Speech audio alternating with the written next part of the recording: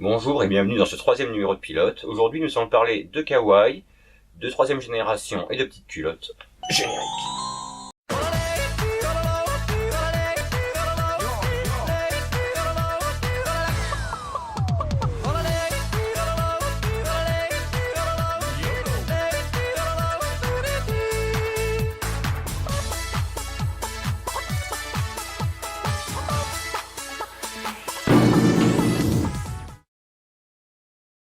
Putain, mais c'est quoi ce bordel? Attends, c'est pas ma faute, c'est tellement générique, je savais pas lequel mettre, alors j'ai trouvé ça. Bon, c'est vrai que quand j'ai préparé cette émission, je me suis retrouvé avec le problème de quel générique parodier. L'original japonais, le français avec l'horrible chanson de Bernard Minet, ou l'américain, calqué sur Sauvé par le Gong. Tu les sens les années 80? Bon, vous me laissez vraiment pas le choix. Je sais ce qu'il me reste à faire. Pouvoir du prisme lunaire,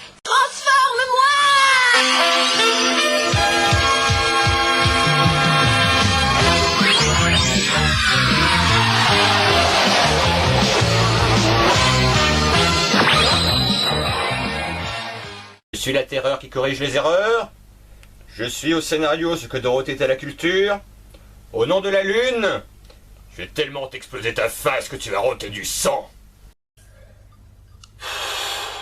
Pourquoi est-ce qu'il a fallu que je décide de faire cette émission en cosplay? Bref, avant de rentrer dans le vif du sujet, je me dois de faire un retour rapide sur l'historique des Magical Girls. Le terme désigne des histoires mettant en scène des jeunes filles dotées de pouvoirs magiques. Deux séries se disputent la maternité du genre. Mao Tsukai Sali, diffusée de 1966 à 1968, et Imutsu no Ako-chan, dont la diffusion commence en 1969, mais dont la version papier débutera dans Ribbon Magazine en juillet 1962. Toutefois, Yokohama pour Sally et Akatsuka pour Ako, ou Caroline chez nous, revendiquent une influence commune qui fera de Tabata Stevens dans Ma sorcière bien-aimée la toute première Magical Girl. Ah non, hein. Tabata, elle arrive dans la saison 2, hein, en 1965. Ok. C'est bon, c'est Caroline. Toutes les premières séries de la première génération de Magical Girls seront réalisées par la Toei Animation qui fera du genre sa marque de fabrique. Les héroïnes sont toujours de jolies jeunes filles venant d'un royaume magique et qui se retrouvent envoyées sur Terre. Elles se serviront de leur pouvoir pour s'aider dans leur vie de tous les jours. La première a réellement posé les bases de ce que sera la Magical Girl va être Majoko Meguchan en 1974. Elle va avoir un côté un peu garçon manqué, se retrouver face à des méchants récurrents et non plus juste des situations du quotidien où la magie lui servira.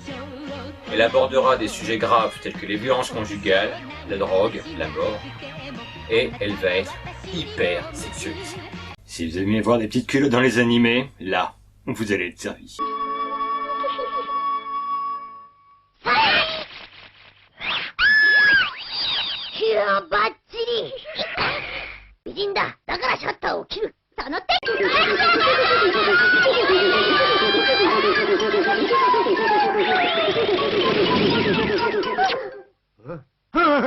Au début des années 80, la Toei Animation estimera avoir fait le tour du sujet et va donc abandonner le genre. Hachi Productions, en 1982, va relancer la production d'épisodes de Magical Girls avec Mao no Princess Kimono. On va dire Gigi, ce sera un peu plus simple.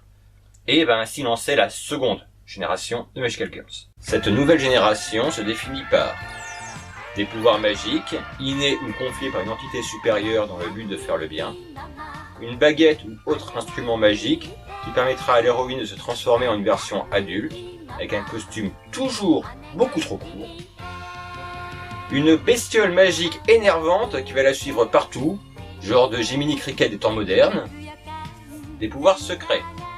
Seule l'héroïne et le spectateur connaissent l'identité véritable de la version adulte de la Magical Girl, et permet donc une certaine complicité entre les deux. Et enfin, des tonnes de guimauves et de culottes. Si Gigi fait figure de pionnière en la matière, ce seront les productions du studio Pierrot qui vont surtout nous alimenter en Magical Girls, avec des personnages tels que Creamy, Amy Magic, Vanessa ou la magie des rêves et Suzy aux fleurs magiques. Et nous arrivons donc à la 3e génération de Magical Girl avec celle qui nous intéresse aujourd'hui, Sailor Moon. Donc Usagi, ou Bunny pour la VF, est une jeune lycéenne de 14 ans, pas très studieuse, toujours en retard, plutôt maladroite, dont la vie va changer du tout au tout, le jour où elle veut venir en aide à Luna, un chat martyrisé par des enfants dans la rue. Avant de rentrer dans le vif du sujet, je me dois de faire un petit détour par la VF. Sailor Moon fait partie de ces séries AB Productions qui ont été quelque peu édulcorées par l'équipe de doublage. Toutefois, les traductions du matériel d'origine sont plutôt bonnes ici. Je trouve même que le prénom de Bunny Rivière pour le personnage de Sailor Moon est plutôt bien choisi. Usagi signifiant lapin en japonais. Par contre, pour les autres... Bon les gars, aujourd'hui il faut qu'on trouve des noms bien de chez nous pour notre nouvelle japonaiserie là, Sailor Moon. Pour l'héroïne, j'ai bien envie de garder Bunny. Ça me rappelle mes lectures de jeunesse. Oh oui, quelle bonne idée, patron. Et je vois qu'on a un personnage qui s'appelle Chibiusa, qui veut dire Mini Bunny. On va l'appeler comment du coup? On a qu'à l'appeler Camille. C'est joli Camille. Oh, comme vous avez raison, patron. Pour le reste, on va faire comme d'habitude. Allez hop. Alors Robert, c'est tombé sur quoi? Mot des marques. Bon, on va dire Molly et Marcy. Ça fait un peu américain comme le nom de la série. Quelle idée formidable, patron. Patron, Oui Josiane? vous ne pensez pas que les gens préféreraient les noms et génériques originaux?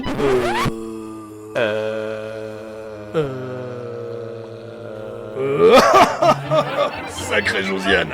Toujours le mot pour rire celle-là. Comme si on allait prendre au sérieux des trucs que les gamins auront oubliés dans 6 mois. Puis t'imagines, les boîtes de jouets écrites en Iakoué. Va plutôt nous faire du café au lieu de dire des conneries. Ça c'est bien vrai, patron. Eh, fais gaffe où tu lances, t'as failli me planter la main. Bon, les parents on s'en fout. Reste le petit ami. Elle est tombée où ta fléchette? Bourdu.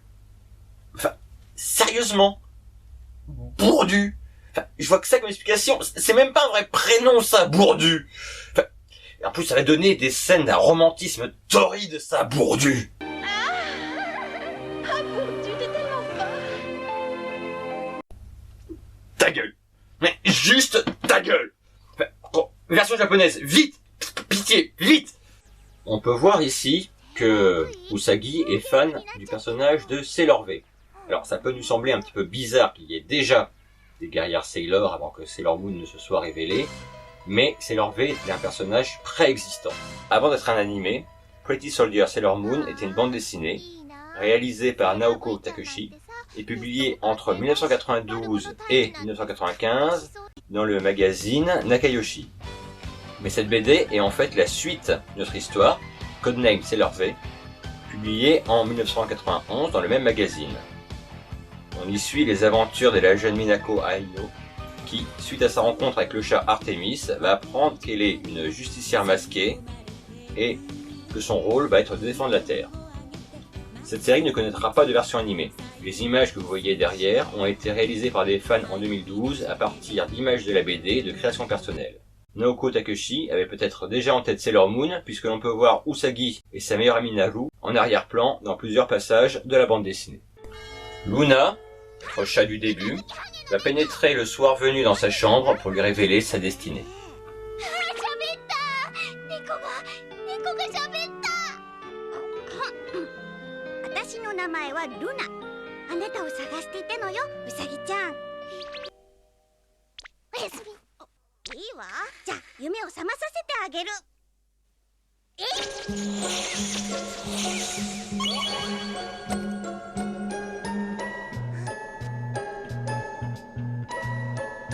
あなたにプレゼントよ、ウサギちゃん。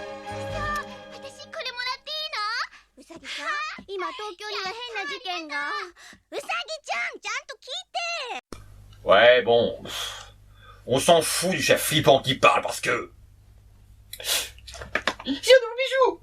Luna va lui apprendre donc qu'elle est une guerrière Sailor. Sailor en référence au Sailor Fuku, l'uniforme marin que portent les lycéennes japonaises. Et pour la convaincre, va lui apprendre à utiliser son médaillon pour se transformer.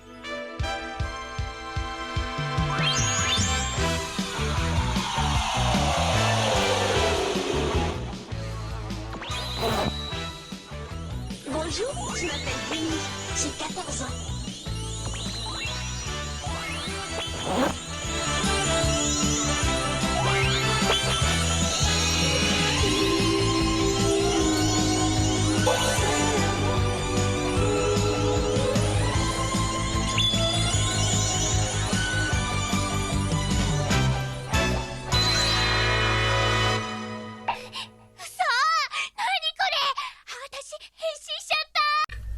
J'espère que vous avez aimé ce passage, parce que vous allez y avoir droit pendant tous les épisodes.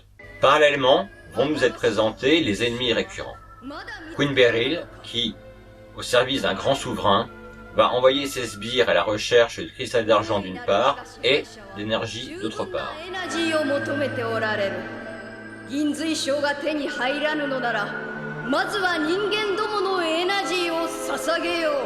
Ces sbires vont envoyer des monstres, ou Hyundai, ouais, comme la voiture, sur Terre pour collecter cette énergie, généralement de l'énergie humaine. Chaque épisode tournera autour d'une thématique ou d'un attribut féminin. Pour ce premier épisode, la boutique de bijoux de la mère de Naru. De là, on peut commencer à voir se développer le plan scénaristique, emprunté au Sentai, qui sera commun à tous les épisodes. Usagi et ses amis vaquent à leur occupation girly habituelle. Les grands méchants demandent à un de ses sbires de récupérer de l'énergie, un cœur pur, dernier disque à la mode, enfin une connerie, récupérer un truc.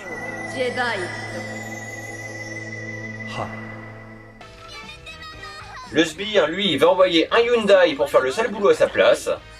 Ce dernier va prendre possession d'un être humain ou d'un objet. Comme par hasard, Usagi et ses amis sont dans le coin et vont commencer le combat. Et vont se prendre une grosse branlée. Et là, le poseur. Tuxedo Kamen, le personnage qui ne sert à rien. Il arrive, comme par magie, balance sa rose pour interrompre l'action, une petite punchline et il se barre. Dans la version papier, c'est un véritable personnage d'envergure qui vole vraiment au secours de Sailor Moon dans les situations désespérées. Son inutilité dans l'animé est liée au nombre d'épisodes. Enfin, un exemple tout bête. Dans le premier chapitre, Luna révèle ses pouvoirs à Usagi, et dans le second, on apprend que Ami Mizuno, l'intellectuel de la classe, est en fait Sailor Mercury. Pour qu'on arrive à ce point-là dans le dessin animé, il va nous falloir attendre l'épisode 12. Le premier arc, en version papier, tient en 12 chapitres. Dans le dessin animé, 46 épisodes. Tuxedo étant un personnage d'importance, il a bien fallu lui donner un rôle dans ces épisodes de remplissage. Et donc, il ne sert à rien de plus qu'à détourner l'attention. Bon, maintenant que l'autre elle a bien fait son poseur, attaque spéciale.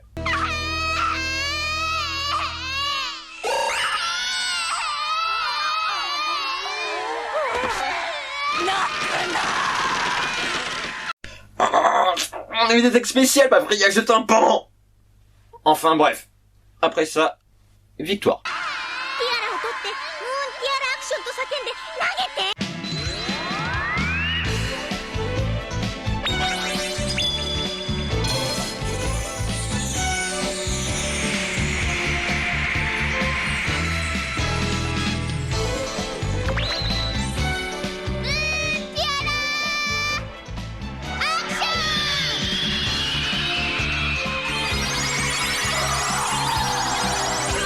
C'est le premier épisode où Usagi est encore un petit peu dépassée par tout ce qui lui arrive.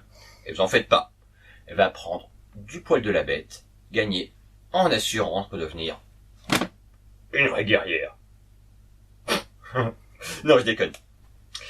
Elle va continuer à rester totalement inutile, s'allier avec d'autres guerrières Sailor, leur laisser faire tout le sale boulot, jusqu'à ce qu'elle puisse enfin caser son attaque spéciale. C'est en ça que la série va être novatrice pour l'époque et ouvrir la voie à la 3e génération de Magical Girls. Bon, non pas avec une héroïne complètement inutile, mais en adaptant au dessin animé pour filles des codes venus de séries pour garçons. Les Sentai, littéralement escadrons de combat. On va avoir un groupe de 3 ou 5 guerriers, jamais 4, ça porte malheur au Japon, qui ensemble vont se liguer pour combattre les forces du mal. Ici, nous avons Sailor Moon qui a le pouvoir de l'amour, Sailor Mars qui a le pouvoir des flammes, Sailor Jupiter qui détient le pouvoir de la nature et de la foudre, Sailor Vénus le pouvoir de la lumière, et Sailor Mercury le pouvoir de... Des bulles de savon? Seule variante par rapport au Sentai, l'absence de mecha. À la place, on va avoir...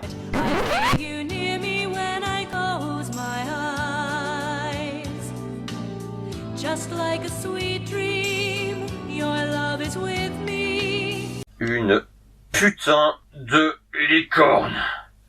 Je déteste la saison 4. Bon. Devant le succès de la version papier et de la version animée, on va avoir énormément de produits dérivés qui vont être créés. De nombreux jeux vidéo, plusieurs comédies musicales et, en 2003, pour célébrer les 10 ans de la série, une version live.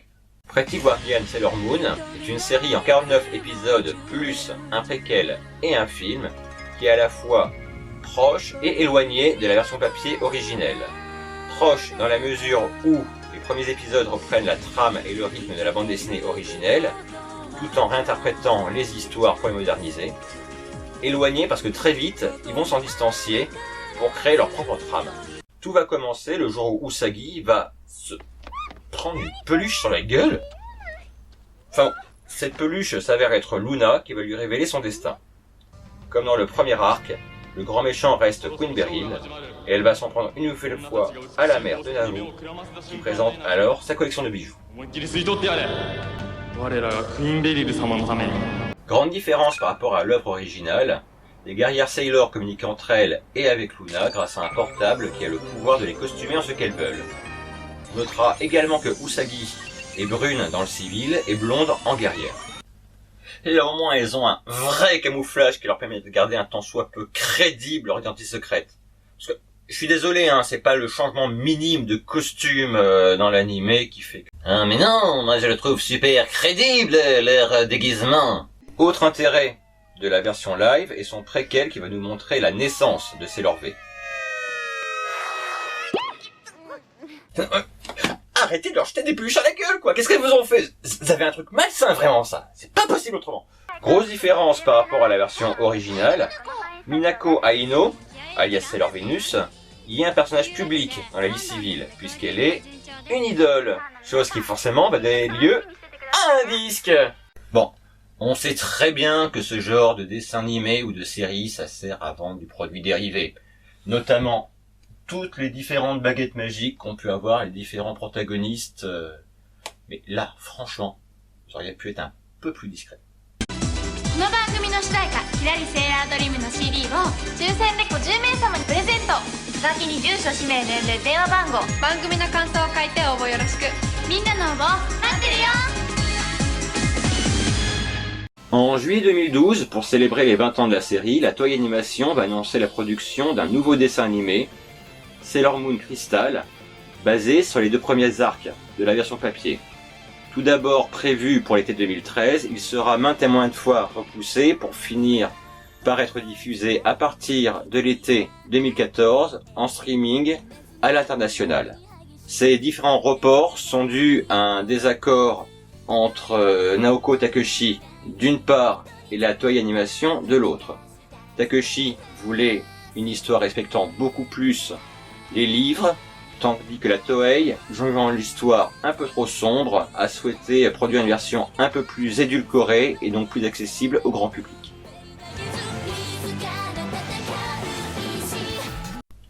Cet épisode est maintenant terminé. Je vous donne rendez-vous à très vite pour un nouveau numéro de pilote, dans un costume j'espère un peu moins ridicule. Bonjour chez vous.